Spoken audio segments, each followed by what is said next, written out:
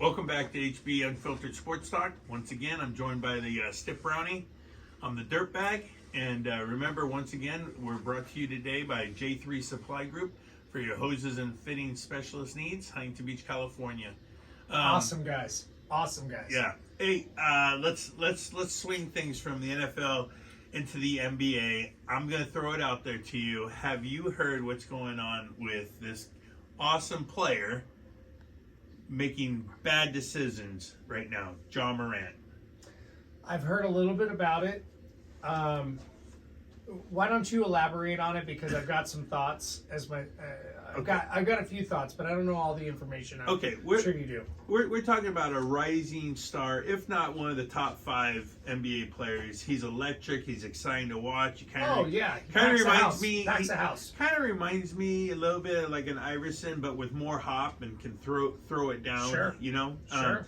This guy. They're playing Denver Nuggets, and I don't know if it was the night before the game or the night after the game, but he decides to go clubbing in Colorado.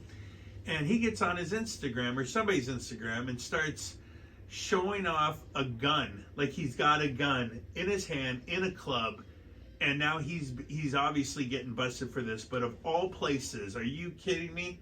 You got a gun in Colorado, the home of Columbine, the home of recent shootings. You know, they had the shooting at the theater, opening up a Batman. They had the supermarket, Super King shooting. Like Colorado has been a home for some mass shootings, and this guy is so careless with his thought process. Like, one, where did you get the gun? Did you bring it from Memphis? Did you take it on a plane and get it through security? Is it yours? Is it in your name? Was it a friend's? Like, what are you thinking? What are you doing? And here's the best part, man. Adam Silver hasn't really come out and said a damn word. If this was Stern, he would have already handled this and suspended him indefinitely until further actions, until we find out all the facts. Instead, they're walking through this like, well, he's not going to play the next 2 games. Next 2 games, he might not play again this season. This guy might go to jail. So let me start by saying, Denver, like where Kobe Bryant was. Why are you going there? Don't do that. Not even. It's unfiltered sports talk. It's unfiltered sports yeah, it's talk. unfiltered, but not even close. He didn't have a gun. Totally different. I know. He just allegedly. He just drove a bus down the wrong hallway. Don't talk about my favorite player like that. We're not going down this. We're not going down this road. Focus. Right. Yes. Focus. Okay. Talk about Morant. They're the number 2 team in the West right now. Morant. First off, he just screwed his team. Yes, I agree with you. 2, how he was able to get it from wherever he originally got it, potentially on. They're now talking about on the private plane, right? The chartered plane that they take. How's he get it in the club? Well, the fact that he's on an NBA plane, right, flying with a gun, is going to really screw him. Yes, like, where's the security? Like, there's questions to be asked and answered everywhere when it comes to this. Have you ever flown Jet Suite X? I have not, but it sounds like pretty awesome where you just walk out, get on the plane, and nobody says anything. You could have like 19 kilos of whatever, and they would never know it in a million years. You could have guns, oh my God, how much is a round-trip ticket? Yeah, no, it's cheap. Oh, it's real cheap. Dude, I'll have to look into that. Point is that if you can do it there, and you're on an athletic plane, that a charter plane that has a team, you're bringing whatever on that you want to bring on. They don't check. Yeah, I promise you this. I've been on enough of them. I've been flown here, there, the other place. It still doesn't make it right. I'm sure you're not carrying. I agree, and I am not carrying. But the point is that if somebody wanted to carry, right, it would be very easy for them to carry. Like, beyond easy. I mean, can you imagine? It's like a shoe. Can you imagine if you just put a shoe in your bag, you got a 45 in your bag. Hey, can you imagine if the stupid thing went off? Well, what's dumb about him is like, did he not understand what happened with Gilbert Arenas? Yeah. Did he not understand what happened with Klexico Burris in the NFL and the club shooting himself in the foot and going to jail for it? Yeah. Yes. Because the firearm discharged in New York and they do not allow firearms to discharge in New York. So the freaking guy, potentially at the height of his career, because his career was very small, but potentially at the height of his career, went to fucking jail. Yeah. I see. I mean, what's wrong? Listen, there is nothing that is going on in your life as a professional athlete for you to, 1, carry around a gun, 2, have it loaded, 3, take it with you on a trip. There's nothing that's going on in your life that's that crazy. I'm sure he is not underpaid. No. Being who he is, I'm sure he makes plenty of money. So you're right. I mean, you can pay for all the bodyguards in the world. That's one thing you do not need. What I find fascinating about the entire story, if you look at John Morant, Ja Morant. If you look at his family upbringing, it's not very different from Colin Kaepernick. Oh my God. Right. Colin Kaepernick grew up in a fucking middle-class white household. Okay. Meanwhile, he's getting on his knee, BLM, the whole deal. John Morant went to a private Christian high school, private Catholic high school, whatever it is. The dude was like, his family took care of him, and his dad made great money. They said, we don't want to be in the inner city, which is fine, which is every parent's right to do with their children. Puts him in an excellent spot, gives him whatever they can give him. Carte blanche. Yeah. He's not from the fucking hood. Yeah. He's not from the hood. Yeah. He's not. So what is he trying to prove? I have no idea, and only he knows that. I just don't get it. I don't I get honestly it either. don't get it. He really it goes beyond bad decisions, because especially of where they are, like, you're letting down not only your family, you're letting down your teammates, Memphis, all the fans. Like, you have an excellent chance to maybe win the NBA title. I mean, I don't think they're gonna win, but now you're definitely not gonna win, especially if you're not out there on the court. So he has just made a horrible decision. And once again, these guys, just like he brought up Plaxico Burress, do these athletes not see what other athletes have done? Like, look at this. Guns, having them with you. No. Dude, realize where you are, what you're doing, and knock this shit off. It's ridiculous. And it keeps happening. Nobody cares. It gives us stuff to talk about, I guess. There's not one person in America that cares that John Morant had a gun in some club, other than probably his organization and the NBA. We don't care. This news could have come and gone, and we don't give a shit. I'm sure the people that were in Colorado at the actual place cared that guy had a gun. I would be too. I agree. I'd be concerned that somebody came into like a bar that I hang out at and brought in a gun. Yeah, it would piss me off. No, I completely agree with you 100%. My point is that why do you think you need all of a sudden you're tough? Yeah. You're from a middle class household that put you through private school, prep school. Yeah. You were all everything. These athletes get catered to basically from, especially with LeBron. Yeah. Which makes me laugh about his oppression. Yeah. He didn't have oppression, because I know what my family went through with a couple of athletes in our family. Point is that there wasn't any oppression. Yeah. There wasn't. Right. They take care of them on the travel team. They get them the equipment they want. They get them everything. Right. LeBron got everything. Right. He didn't have oppression. You know who had oppression? Maybe his mother. Yeah. Okay. Yeah. So LeBron needs to shut the fuck up and dribble his basketball and make his money.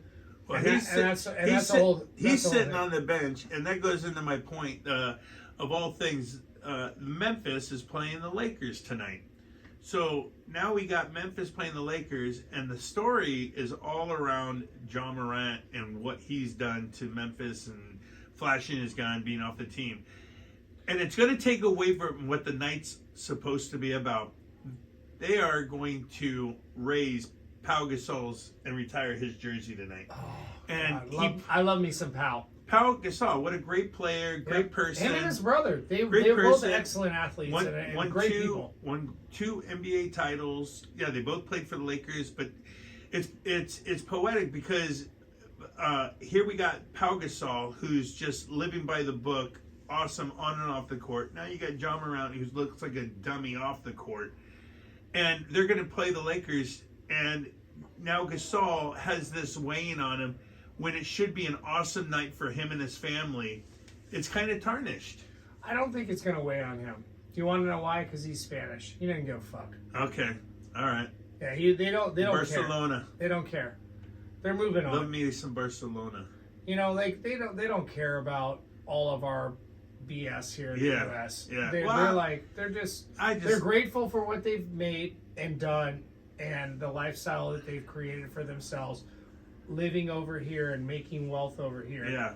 But I think at the end of the day, they don't care. Okay. All right. I think this game's on TNT tonight. You, the viewers, just watch the pregame show and let's see what they're talking about. Are they talking about and showing great respect for Gasol, or is it going to be centered around John Morant? God, I feel like it's going to be around John Morant. I think I'm going to win this one. You want to place a $1 bet on it? Done. All right. $1. Just like trading places. $1. Oranges. $1. Okay. Let's switch gears now to, I can't believe when he got released or traded to Utah, Russell Westbrook, I was thinking to myself, wow, I can't believe Utah traded for that guy. But then what did they do? They just wanted that salary cap space for his money. So they dropped him. They didn't even play him because they already told him you're not starting, and he started crying. Right. So they released him, and I was thinking to myself, and I think I even asked you on a previous podcast. Yes, you did. Is there somebody dumb enough out there that thinks they're in the playoff hunt, that thinks this guy is going to help them, and in reverse, they're going to add this guy, and he's going to be a cancer? And look who it was, right next door down the hall. Your good old Clippers, who are about to move in their new stadium next year and do it dome. But for now, they just picked up Cancerbrook, and they started off 0-4 and just pulled out a win the other night to go 1-5 since they got this guy. Way to go. Once again, he's shooting when he's running down the court, not passing, and shoots a ball because he's wide open. You're wide open for a reason. Let me start by saying broken record. My Clippers. Okay, God. Let me say that, my Clippers. Oh, no. And then let me also talk about this. You're not flashing a gun at me. Charger fan, Clipper fan. You should be holding it out. I should be putting myself out of misery. You should just put it right here on the table right now. No. Take me out back. Take care of it. You know what made me laugh about the whole Russell Westbrook situation? What? Is that the one game they won, they blamed they said the whole reason they won was because Russell Westbrook was amazing. Oh, and I gotta tell you something. I love Mr. Westbrook. I love him. I love how angry he is. I love how hard he plays. I love that he takes no shit from anybody. Yeah. Gator don't take no shit. You know, something like that. A lot of dealerships. But, you know, listen, Russ. Perhaps it's time.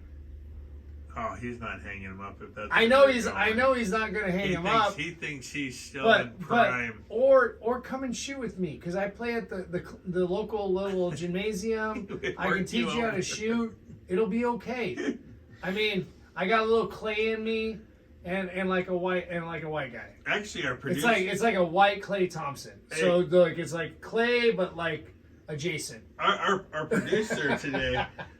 Mike Harrington out there, he has a son who supposedly taught the Phoenix Suns how to shoot, Devin Booker. So maybe I could talk to him after the show and see if his son's available to teach Westbrook how to shoot some threes. Dear God.